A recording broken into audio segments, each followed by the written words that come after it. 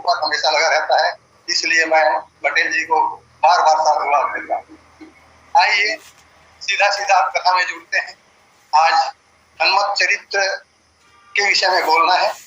सब लोगों से हट के कुछ अलग प्रसंग लेके मैं बोलना चाहूंगा। हनुमान जी महाराज लंकापुरी में जा करके सब काम कर लेते हैं।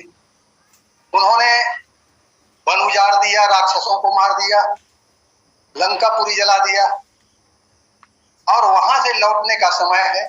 उसी प्रसंग को मैं लूंगा। पूछ बुझाई कोई श्रम, धरि लघु रूप बहोरी, जनक सुता के आगे हाड़ भय कर जोरी, सियावर रामचंद्र की जय। हनुमान जी महाराज लंका जलाने के पश्चात समुद्र में कूद करके अपनी पूंछ को उजाते हैं। तत्पश्चात लघु रूप धारण करके पुनः मातेश्वरी जानकी के समक्ष प्रस्तुत हो जाते हैं। और प्रस्तुत होकर के उन्होंने माँ जानकी से कहा कि हे माँ, जिस प्रकार प्रभु ने मुझे मुद्रिका आपको पहचानने के लिए चिन्ह दिया था, उसी प्रकार से हे माँ आप भी मुझे कुछ चिन्ह प्रदान कीजिए जिससे प्रभु मेरा विश्वास कर सके। तब माता जानकी ने मातु मोहि दीजे कछु चिन्हा, जैसे रघुनायक मोहि दीना, चूड़ामणि उतार तब देऊ, हर्ष समेत पवन सुत लेऊ। माँ जानकी ने हनुमान जी को अपना चूड़ामणि उतार के दिया। ये चूड़ामणि सिर में धारण करने का, बालों में खोसने का एक मणि है। ये जल से प्राप्त मणि है जो देवताओं के द्वारा भी पूजित है। महाराज जनक को राजा इंद्र ने एक यज्ञ में बहुत प्रसन्न हो जाने के कारण दिया था, और महाराज जनक ने विवाह के समय इस चूड़ामणि को माँ जानकी को प्रदान किया था। इस प्रकार की कथा वाल्मीकि रामायण में मिलती है। कुछ विद्वानों का ऐसा भी मत है कि ये चूड़ामणि जब महाराज दशरथ देवासुर संग्राम में इंद्र की सहायता करने के लिए गए थे, इंद्र की सहायता करने के कारण ही इंद्र का विजय हुआ। इंद्र प्रसन्न होकर के महाराज दशरथ को ये चूड़ामणि दिए थे, और महाराज दशरथ ने कौशल्या जी को, और कौशल्या मैया ने जब प्रभु श्री रामचंद्र जी का विवाह हो गया, विवाह के पश्चात माँ जानकी जब अयोध्या आई, तब माँ कौशल्या ने ये चूड़ामणि जानकी जी को दिया। ऐसा दो प्रकार की कथाएं चूड़ामणि के विषय में प्राप्त होती हैं। आइए, आनंद रामायण में बताया गया है कि चूड़ामणि के साथ साथ गोस्वामी तुलसीदास के रामायण में ये बात नहीं दिया गया है कि मणि मुद्रिका को भी माँ जानकी वापस कर देती हैं चूड़ामणि के साथ साथ। तो इस प्रकार से चूड़ामणि और मणि मुद्रिका को लेकर के हनुमान जी अपने दल में वापस लौटने के लिए माँ जानकी से विदा लेते हैं। माँ जानकी का संदेश और ये चूड़ामणि और मुद्रिका लेके वापस होते हैं। तो अयोध्यापुरी नहीं, लंकापुरी में ही इनकी भेंट ब्रह्मा जी से हो जाती है। ब्रह्मा जी अक्सर लंकापुरी में जाया आया करते थे, तो ब्रह्मा जी ने हनुमान के द्वारा लंकापुरी में किए गए कार्यों का पूरा ब्यौरा एक पत्र बनाया, और एक पत्र बना करके उनको हनुमान जी को ही दे दिया, और हनुमान जी से कहा कि हे हनुमान, इस पत्र को ले जा करके प्रभु श्री रामचंद्र जी को दे दे। इस प्रकार से हनुमान जी महाराज चूड़ामणि, मुद्रिका और ये पत्रिका लेकर लंकापुरी से छलांग लगाने के लिए, समुद्र लंघन के लिए अरिष्टगिरी नामक पर्वत में चढ़ते हैं, और वहां से जोरों की गर्जना करते हैं। चलत महाधुनि गर्जसि भारी, चलत महाधुनि गर्जसि भारी, गर्भ श्रवणी सुनि निश्चर नारी। वहां से जोरों की गर्जना करते हैं।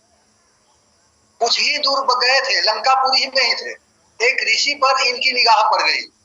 हनुमान जी को प्यास लगी थी, इसलिए उन्होंने वो ऋषि के पास उतरे, और उतर करके उन्होंने अपना उद्देश्य बताया कि मुझे जल पीना है। ऋषि ने उन्हें जलाशय बता दिया, ये जलाशय है, आप जल पी लीजिए। तब हनुमान जी महाराज ये चूड़ामणि, मुद्रिका और ब्रह्मा जी के द्वारा दिया गया पत्र, ये सबको ऋषि के पास रख दिए, और जल पीने के लिए जलाशय चले गए। उसी समय एक बंदर आया और उसमें से वो मणि मुद्रिका को उठाया और मणि मुद्रिका को उठा करके वही एक कमंडल रखा था ऋषि के किनारे, उस कमंडल में डाल दिया। जब हनुमान जी महाराज जल पी करके वापस आए तो मुद्रिका नहीं थी। उन्होंने ऋषि जी से पूछा कि महाराज इसमें मुद्रिका नहीं है। तो उन्होंने हनुमान जी को कमंडल की ओर संकेत किया कि देख लो उस कमंडल को। हनुमान जी उस कमंडल को जाके देखे तो कमंडल को देख के दंग रह गए। उसमें तो उसी प्रकार की असंख्य मुद्रिका है। हनुमान जी ने पूछा ये क्या बात है? तो ऋषि ने कहा जब जब रामाज्ञा से हनुमान लंकापुरी सीता का पता लगाने आए तब तब की ये मुद्रिका है। तो कहे महाराज कितने बार हनुमान यहाँ लंकापुरी आ गए हैं, कितने बार राम का जन्म हो चुका है? तो कहे वो मुद्रिका को गिन लो।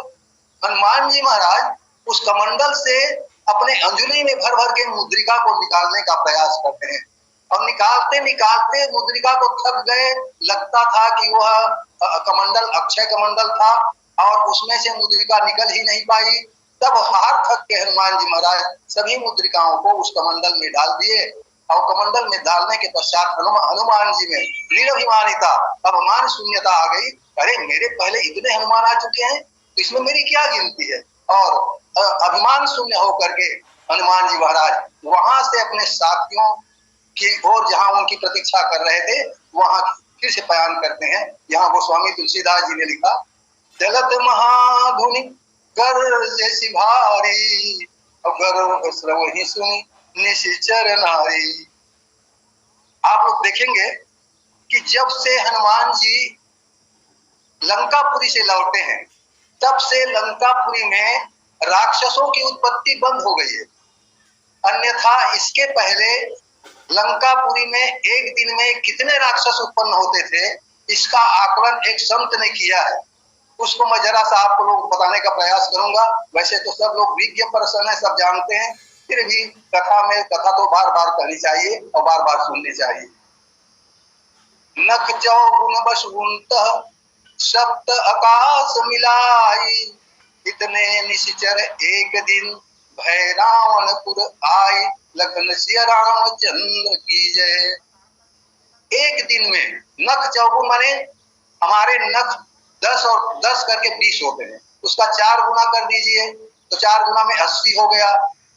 उसमें फिर वसुंत वसुदेव के 8 पुत्र, उसके लिए 8 शून्य वहां लगाना पड़ेगा। 80 के बाद 8 शून्य लग गया। उसके बाद सप्त आकाश मिला है, 7 आकाश, आकाश को भी शून्य ही कहते हैं तो 7 आकाश जोड़ दीजिए, उसके लिए शून्य जोड़ दीजिए। इस प्रकार 80 में 15 शून्य जुड़ जाता है। ये कौन सा आंकड़ा बनता है ये तो मैं नहीं बता पाऊंगा, मगर 80 के बाद 15 शून्य से जो आंकड़ा बनता है उतने ही राक्षस एक दिन में लंकापुरी में जन्म लेते थे। हनुमान जी ने सोचा इतने राक्षस रोज के जन्म लेंगे और फिर उनको वरदान ये था कि जन्म लेने के बाद उनका डील डौल माता पिता के समान ही हो जाता था। तो हनुमान जी ने सोचा ऐसे में तो लंका का युद्ध समाप्त ही नहीं होगा, इसका कुछ ना कुछ उपाय करना पड़ेगा। इसीलिए हनुमान जी जब लंका से उड़ते हैं अष्टगिरी पर्वत से तो चलत महाधुनि गर्जे भारी और गर्व श्रवहि सुनि निशिचर नारी। वहां क्या होता है, वहां से उड़ते हैं ना तो जोरों की गर्जना करते हैं। तो लंकापुरी में जितने ही गर्भवती राक्षसियां थी वो सबके गर्भ गिर गए। आप लोग कह सकते हैं क्या इसके बाद राक्षसियां गर्भवती नहीं हुई? हुई, अवश्य हुई, लेकिन हनुमान जी ने लंकापुरी में ऐसा आतंक और ऐसा भय उत्पन्न कर दिया था कि जब भी गर्भवती राक्षसियां लंकापुरी की गर्भवती राक्षसियां हनुमान जी का स्मरण करती थी, हनुमान जी का याद आ जाता था उनको, तो उनके गर्भ गिर जाते थे। और इस प्रकार से जब से लंकापुरी से हनुमान जी लौटे हैं तब से लंकापुरी में राक्षसों की उत्पत्ति पर विराम लग गया है। एक प्रकार से राक्षसियों का फैमिली प्लानिंग हो गया है। इस कार्य के द्वारा ये कार्य हनुमान जी इसलिए किए क्योंकि भगवान श्री रामचंद्र जी ने यह प्रण कर लिया था निशिचरहीन करौ मुहि भुज उठाई प्रण किन्ह तो राक्षसों के अंत करने का निर्णय ले लिया था। हनुमान जी ने सोचा रोज के रोज ऐसे राक्षस उत्पन्न होंगे तो लंका का युद्ध ही समाप्त नहीं होगा, इसलिए इसका उपाय किया जाना चाहिए। इसलिए हनुमान जी ने जोरों से गर्जना की और लंकापुरी के सभी राक्षसियों का गर्भपात हो गया। और इस प्रकार से हनुमान जी महाराज भगवान श्री रामचंद्र जी के राक्षसों के अंत करने का जो प्रण था उसमें एक प्रकार से असीम सहयोग प्रदान किए।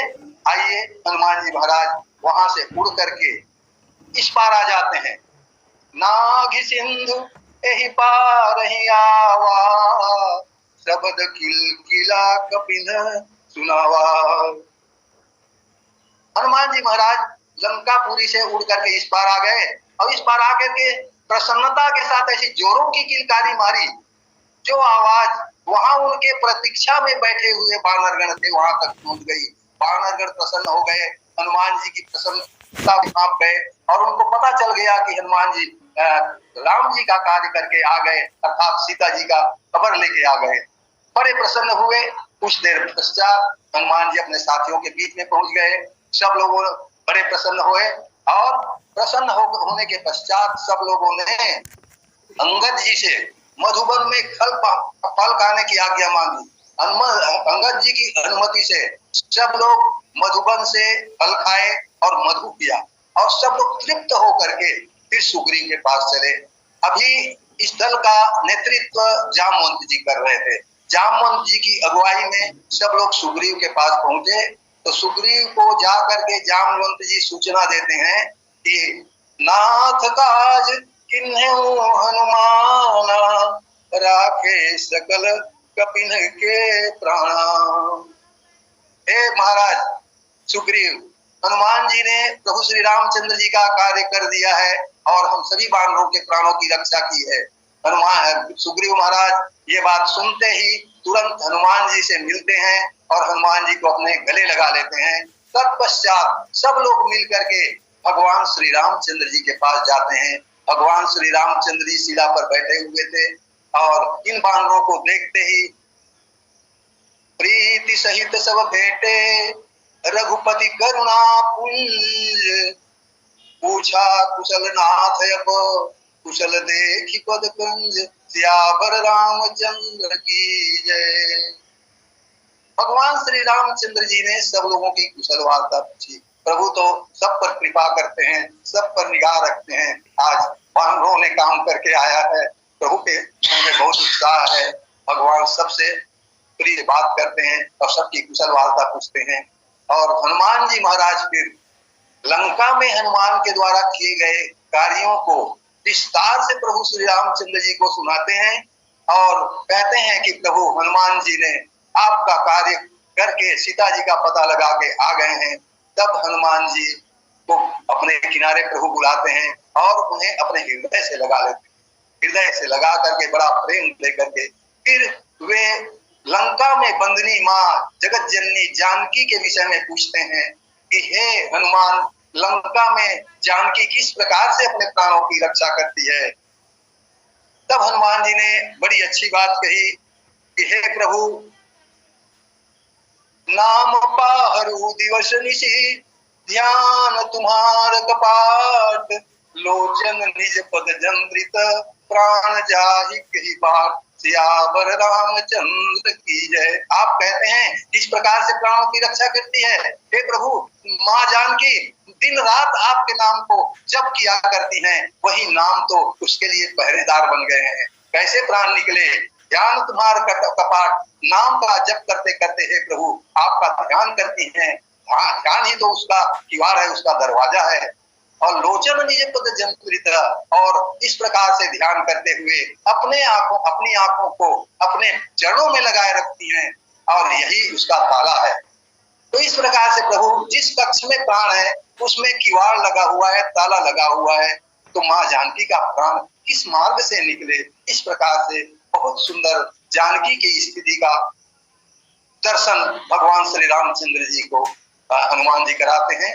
और इस प्रकार से नाम पाहरु दिवस निशि, ध्यान तुम्हार कपाट, लोचन निज पद जंत्रित, प्राण जाहि कही बाट।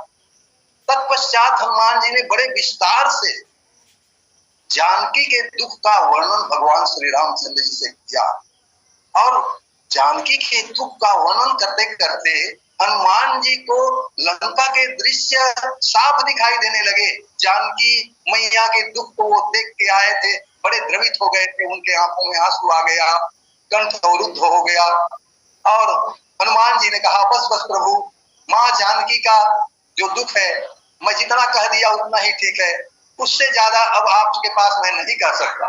भगवान राम ने कहा हनुमान कहो ना। तो हनुमान जी ने कहा सीता के दुख अति विपत्ति विशाला, अब भी नहीं कहे भली दीन दयाला।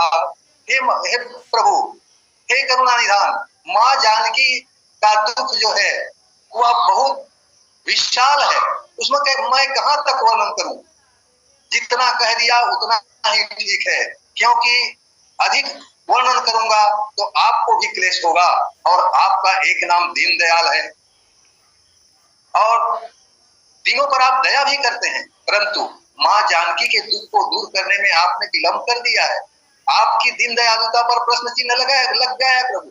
जितना जल्दी हो सके आप लंका जाकर अपने भुजाओं की ताकत से उन दुष्टों का नाश करके माँ जानकी को मुक्त कीजिए, क्योंकि माँ जानकी का एक एक पल एक एक कल्प के समान व्यतीत हो रहा है। निमिष निमिष करुणा निधि जाहि कल्प समबीति, बेगी चलिए प्रभुआनिया भुजबल कल दल जीति, सियावर रामचंद्र की जय। हे प्रभु, माँ जानकी का दुख अत्यंत है, जितना जल्दी हो सके आप राक्षसों का वध करके उन्हें राक्षसों से मुक्त करिए। इस प्रकार से हनुमान जी के द्वारा माँ जानकी के दुख को सुनकर कमल नेत्र प्रभु श्री रामचंद्र जी की आंखों में आंसू आ गए। भगवान राम बड़े द्रवित हो गए और भगवान राम ये खबर सुन के हनुमान जी को ये कहना नहीं भूले, उनको ये कहना ही पड़ा, हे हनुमान, तुमने जो कार्य किया है वो बहुत बड़ा कार्य है, उसके बदले में मैं देख रहा हूँ इस संसार में कोई ऐसी वस्तु नहीं है जिसे दूं तो उसके बराबरी का हो जाए। भगवान राम कहते हैं प्रति उपकार करो का तोरा, सन्मुख हो न सकत मन मोरा। ए हनुमान, मेरा मन तुम्हारा सन्मुख नहीं हो पा रहा है। हे हनुमान, मुझे तो तुमने ऋणी बना दिया। सुन सुत तो ही समा सुन सुत तो ही पुरीन मैं नाही, देख्यूं कर विचार मन माही। हे तात, हे पुत्र हनुमान, मैं तुम्हारा ऋणी हो गया और तुम्हारा ऋणी ही बना रहना चाहता, क्योंकि तुम्हारे ऋण को चुकाने की क्षमता मुझ में नहीं है।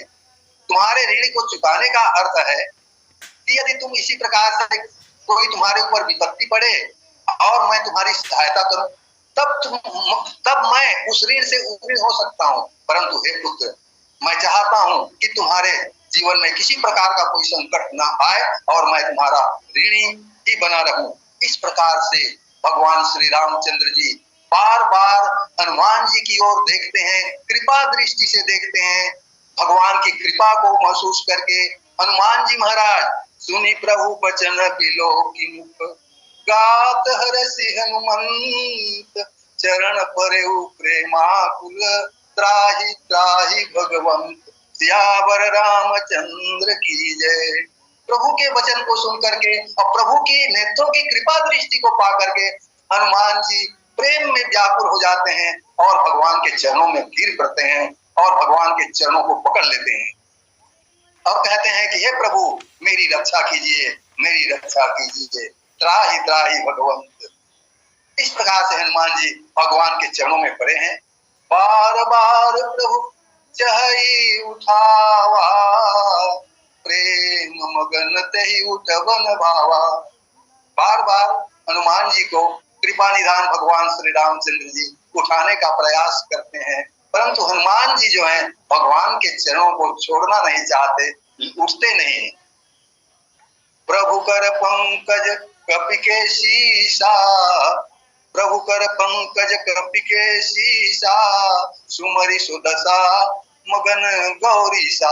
आज स्थिति यह बन गई है, अभी भगवान श्री रामचंद्र जी का कर कमल हनुमान जी के सिर के ऊपर है और उधर भगवान शंकर पार्वती को कथा सुना रहे हैं। अब यह दृश्य देख करके भगवान शंकर की कथा रुक जाती है। प्रभु कर पंकज कप के सीसा सुमरी सो दशा मगन गौरीसा। मगन हो गए भगवान शंकर यह दृश्य देख करके और उनकी कथा कुछ समय तक जब रुक जाती है तो मां पार्वती भगवान शंकर के चेहरे को निहारती हैं। ये भोले बाबा को क्या हो गया, कहां खो गए, ऐसा भाव उनके मन में उत्पन्न होता है। परंतु भगवान शंकर इस प्रकार से मग्न क्यों हो गए, क्योंकि ये हनुमान जी ही तो भगवान शंकर हैं। अपने ही सिर पर भगवान के कर कमल का स्पर्श पाकर आज भगवान शंकर मग्न हो जाते हैं और भगवान के प्रेम का आस्वादन करते हैं। तो उनकी कथा रुक जाती है, उनकी कथा रुक जाती है क्योंकि शंकर स्वयं केसरी नंदन, स्वयं केसरी नंदन तो शंकर जी हैं। आज भगवान के वरद हस्त प्राप्त करके भगवान शंकर मग्न हो जाते हैं और कुछ समय तक उनकी कथा रुक जाती है। यह स्थिति थोड़ी देर तक बनी रहती है। भगवान शंकर को स्मरण हो जाता है कि मैं पार्वती को कथा सुना रहा हूं, कहीं पार्वती पूछ न दे कि भोले शंकर कहाँ खो गए। सावधान मन कर पुनि शंकर लागे गहन कथा यदि सुंदर। फिर जब भगवान के वरद हस्त का आनंद उठा लिए शंकर भगवान, उसके बाद फिर से सावधान होकर के मां पार्वती को कथा सुनाने लगते हैं। तो ये कथा किस प्रकार की हो जाती है, गोस्वामी तुलसीदास जी कहते हैं लागे गहन कथा अति सुंदर। इधर की कथा और भी अति सुंदर हो जाती है। ऐसा क्यों करते हैं भगवान शंकर, क्योंकि पार्वती कथा में डूब जाए, कथा के रस में डूब जाए और उसे यह पूछने का अवसर न मिले कि भोले शंकर कहाँ खो गए थे। पूरे रामचरितमानस में एक ही प्रसंग इस प्रकार का आता है जहां भगवान शंकर कथा कहते कहते उनकी कथा रुक जाती है और दोबारा कथा कहने के लिए उनको सावधान होना पड़ता है। वह इसीलिए है कि भगवान के कर कमलों का जो स्पर्श है उसका आनंद में ही भगवान शंकर मग्न होते हैं और इसी कारण से उनकी कथा रुकती है और इसके बाद जो कथा वो करते हैं वह लागे गहन कथा अति सुंदर। इधर भगवान श्री रामचंद्र जी, हनुमान जी जो उनके चरणों में पड़े हुए हैं, उनको कपि उठाई प्रभु हृदय लगावा। हनुमान जी उठना तो नहीं चाहते हैं परंतु भगवान श्री रामचंद्र जी अपने दोनों हाथों से उठा करके हनुमान जी को अपने हृदय से लगा लेते हैं। धन्य है हनुमान जी महाराज जिनको अखिल ब्रह्मांड नायक प्रभु स्वयं उठा करके अपने हृदय से लगा लेते हैं। आइए कर गही परम निकट बैठावा और हनुमान जी को हाथ में पकड़कर भगवान श्री रामचंद्र जी अपने निकट में बिठाते हैं और इसके पश्चात लंका में उनके द्वारा किए गए कार्यों के विषय में पूछते हैं कि हे हनुमान, मैं सुन रहा हूं कि कहो कपि रावण पालित लंका। अरे रावण की लंका में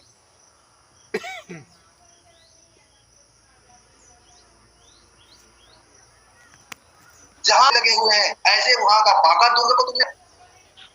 आज हनुमान जी बड़े प्रसन्न हैं और प्रभु भी प्रसन्न है। हनुमान जी ने कहा प्रभु मुझ में जलाने की क्षमता कहाँ है, शाखा मृग के बड़ मनसाई और शाखा दे शाखा पर जाई। बंदरों की पराकाष्ठा, बल का पराकाष्ठा, पुरुषार्थ का पराकाष्ठा तो यही है कि वो एक डगाल से दूसरे डगाल कूद जाते हैं। परंतु आज मैंने प्रभु 100 योजन के समुद्र को पार कर दिया। कोई यह कहे कि एक बंदर 100 योजन के समुद्र को पार कर दिया तो ये बहुत बड़ी बात हो सकती है, कोई बहुत बड़ा आश्चर्य हो सकता है ना। तो हनुमान ने कहा आज मैं प्रभु 100 योजन के समुद्र को पार कर दिया, लंका जला दिया, राक्षसों को मार डाला, अशोक वाटिका को उजाड़ डाला। भगवान श्री रामचंद्र जी ने पूछा हे हनुमान ये सब काम तुम कैसे कर डाले। हनुमान जी महाराज काम तो स्वयं करते हैं परंतु अपने सभी कार्यों का श्रेय प्रभु श्री रामचंद्र जी को दे देते हैं। अपने स्वभाव के अनुसार उन्होंने कह दिया सो सब तो प्रताप रघुराई। हे प्रभु यह तो आपके प्रताप से हुआ है, इसमें तो मेरा कुछ भी प्रभुता नहीं है। इस प्रकार हनुमान जी महाराज का ये समर्पण है भगवान के प्रति कि अपने कार्यों का श्रेय प्रभु को दे देते हैं। और इस प्रकार का रामचरितमानस में कोई अन्य पात्र नहीं है हनुमान के समान जो प्रभु को ही अपना संपूर्ण श्रेय देते हैं। ये हनुमान जी ही एक ऐसे पात्र हैं जो करते तो खुद हैं परंतु उसका श्रेय प्रभु को देते हैं। ये हनुमान जी का समर्पण है। आइए, हनुमान जी महाराज ने भगवान श्री रामचंद्र से कहा, प्रभु प्रसन्न जाना हनुमाना, बोला वचन विगत अभिमाना, शाखा मृग के बड़ मनसाई, शाखा ते शाखा पर जाई, नाग सिंधु हाटक पुरजारा, निश्चर गण बधि विपिन उजारा, सो सब तो प्रताप रघुराई, और नाथ न कछु मेरी प्रभुताई। इसमें मेरी कुछ भी प्रभुता नहीं है। इस प्रकार से हनुमान जी महाराज बड़ी भाव के साथ, बड़ी होशियारी के साथ, बड़ी बुद्धिमानी के साथ संपूर्ण कार्यों का श्रेय प्रभु श्री रामचंद्र जी को दे देते हैं। हनुमान जी ने देखा कि आज तो प्रभु मुझ पर बहुत प्रसन्न है, तब उन्होंने प्रभु से एक बहुत बड़ी वस्तु मांग ली। कहे, प्रभु नाथ भगति अति सुखदायिनी, देहु कृपा करी अनपायनी। हे प्रभु, आपकी भक्ति बड़ी सुखदायी है, सब लोग कहते हैं, इसलिए हे प्रभु आज मुझे एक वस्तु दीजिए, अपनी निश्चल भक्ति मुझे प्रदान कीजिए। अनपायनी माने निश्चल भक्ति आप मुझे प्रदान कीजिए। इस प्रकार से हनुमान जी महाराज भगवान से उनकी भक्ति को मांग लेते हैं। सुनी प्रभु परम सरल कपिबानी, एवं स्तुतव कहे भवानी। और इस प्रकार से हनुमान जी के परम सरल, अत्यंत सरल वाणी को सुन करके भगवान श्री रामचंद्र जी ने हनुमान जी को अपनी भक्ति प्रदान कर दी। भगवान शंकर कहते हैं, देखिए यहाँ पर एक सूत्र है, भगवान के पास जब भी हम उपस्थित हों, जब भी उनकी पूजा के लिए उपस्थित हो या उनका सम्मुख हो, तो भगवान से जब भी मांगना हो तो भगवान से संसार नहीं, भगवान को ही मांगना चाहिए। यही सूत्र इस प्रसंग के द्वारा प्राप्त होता है। भगवान शंकर कहते हैं कि हे पार्वती, उमा राम स्वभाव जही जाना, अब ताहि भजन तजी भाव न आना। हे पार्वती, जिसने प्रभु के इस स्वभाव को जान लिया है कि प्रभु इस प्रकार से उदार हैं, वे सारे लोग भगवान के भजन के अतिरिक्त और भी कुछ उनको अच्छा नहीं लगता। ये भगवान की कृपा है। मैं बताना ये चाह रहा था कि जब भी हम भगवान के पास उपस्थित हों तो भगवान से संसार नहीं, भगवान को ही मांगना चाहिए। आइए थोड़ा सा भजन मैं गुनगुनाऊंगा, तत्पश्चात अपनी वाणी को विराम दूंगा। देखिए, भगवान से मांगने का हर भक्त लोग, हर ऋषि मुनि लोग यही भगवान की भक्ति तो मांगते हैं। और हम संसारिक लोग भगवान के सामने जब पूजा करने के लिए अगरबत्ती लेके, धूप दीप लेके प्रस्तुत हो जाते हैं तो हमारी लंबी लिस्ट तैयार हो जाती है कि प्रभु इस प्रकार की हमारी कमी को पूरी कर देना। परंतु ये संसार की वस्तु मांगने से हमारा भला होने वाला नहीं। भगवान से भगवान को मांगना चाहिए, संसार न मांगे। राम को मांग ले मेरे प्यारे, उम्र भर का सहारा मिलेगा। राम को मांग ले मेरे प्यारे, उम्र भर का सहारा मिलेगा। सिर्फ इनके शरण में ही सबको, सिर्फ इनके शरण में ही तुमको जिंदगी भर गुजारा मिलेगा। कितना दो हाथों से ले सकेगा, देने वाले की है लाख बाहें। आदरणीय संत समाज, जब भी हम मांगते हैं, संसार के लोग मांगते हैं तो कोई लिमिट की वस्तु मांगते हैं, परंतु भगवान अपने से देते हैं तो उनके लाख हाथ है। उनके दिए हुए को हम लोग संभाल नहीं पाते, तो करना क्या है? संत सूत्र देते हैं, कितना दो हाथों से ले सकेगा, देने वाले की है लाख बाहें। इनका दामन पकड़ कर तो देखो, खुशनुमा सा नजारा मिलेगा। राम को मांग ले मेरे प्यारे, उम्र भर का सहारा मिलेगा। खुद को तन्हा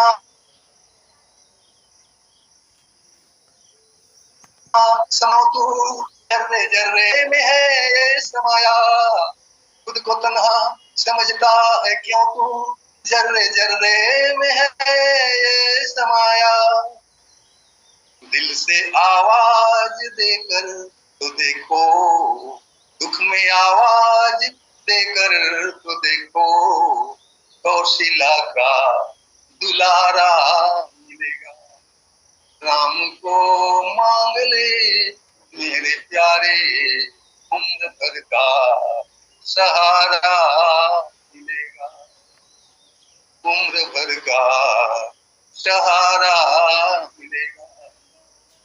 रूप नैनों में इनका बसा लो, रूप नैनों में इनका बसा लो, नाम लेते रहो चलते चलते।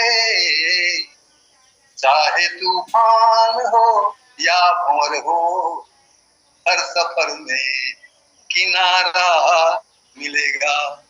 राम को मांग ले मेरे प्यारे, उम्र भर का सहारा मिलेगा।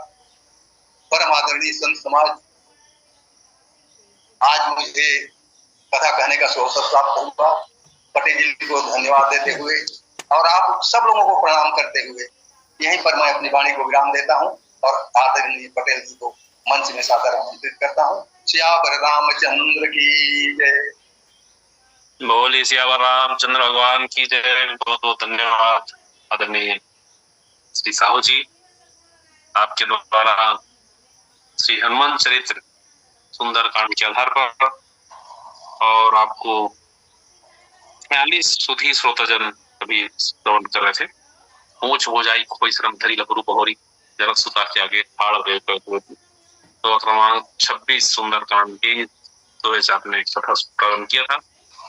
वास्तव में पूज बुझाना से गोस्वामी जी हनुमान जी का स्नान सूचित करते हैं, क्योंकि स्नान से समाबोधन होता है। श्रम मतलब श्रम का ह्रास होता है, थकावट मिटती है।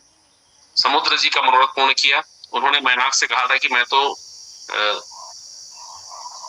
श्रम करने में भी राम काज में लगा हूं, तुम श्रमहारी हो। सो हनुमान जी समुद्र का ही कोई संहारी बना। फिर हनुमान जी यहाँ छठी धारण किया। में कुछ हनुमान जी छोटा बनने हैं। एक बात इससे शिक्षक है कि हमको यदि कोई बड़ा है तो सबसे पहले छोटा बनना पड़ेगा। इस प्रसंग से शिक्षा मिलती है। और मात मोहि दीजिए कर चिन्ह, जैसे रघुनायक मोहि दीन्हा, कूड़ा मणि उतारी करते हो, समेत पहुंच हो। चिन्ह का अर्थ इनाम न हो जाए, इसलिए कहते हैं कि जैसा रघुनाथ जी ने मुझे दिया था, आपके विश्वास के लिए चिन्ह लेकर आया हूँ। अतः सरकार के विश्वास के लिए भी चिन्ह चाहिए, अथवा चिन्ह पाकर जो हर्ष आपको हुआ सो देखा, डूबते के लिए आधार हो गया। सो सरकार के आधार के लिए चिन्ह चाहिए।